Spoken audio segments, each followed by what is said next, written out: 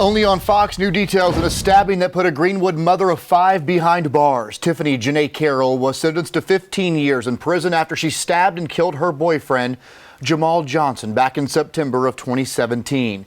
It's a story we first brought you last week. Right now, the Change.org petition to urge a judge to reconsider Tiffany's sentence has more than 23,000 signatures. Fox Carolina's Matt Koufax joins us live in the newsroom tonight to break down some of that new information. Yeah, guys, Tiffany's family has been adamant throughout all of this that she is the victim here, and police confirmed there was a history of violence between her and Jamaal Johnson, but investigators say the stabbing was not in self-defense. Tonight, we're getting a first look into the case files that document what actually happened the day Carroll killed Johnson, including Tiffany's own firsthand account of events.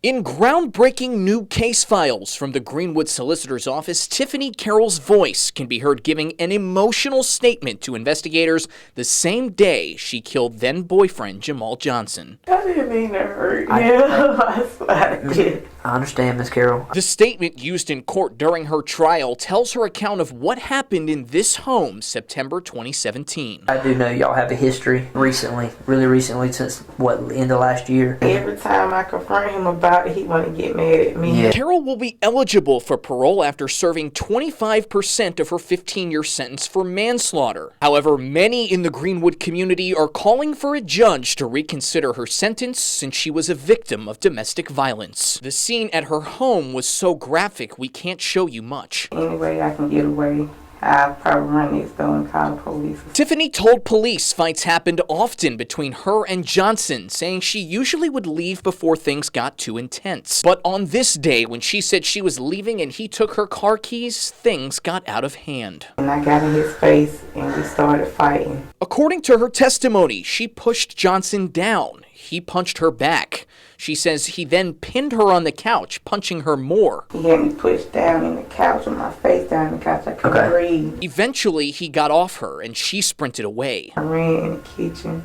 Okay. I seen a knife on the counter. You can see the handle of the knife here. It was found behind the stove of the apartment. Carroll told investigators she, quote, slashed Johnson. He had injuries to his shoulder, back, and legs, per police. Do you know how his ankle got cut?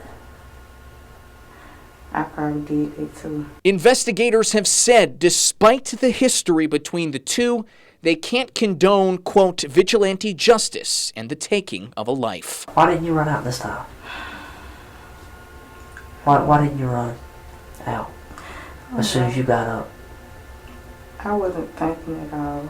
It was like my mind was mixed.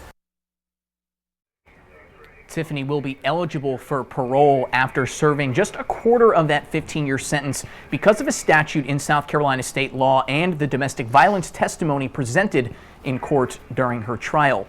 We know there were attorneys present at a meeting advocating for her release this past weekend. You saw a clip of that in there. No word yet if anyone has taken the case yet. The family says they won't be satisfied until she comes home and they want to file an appeal. Matt Koufax, Fox Carolina, the 10 o'clock news.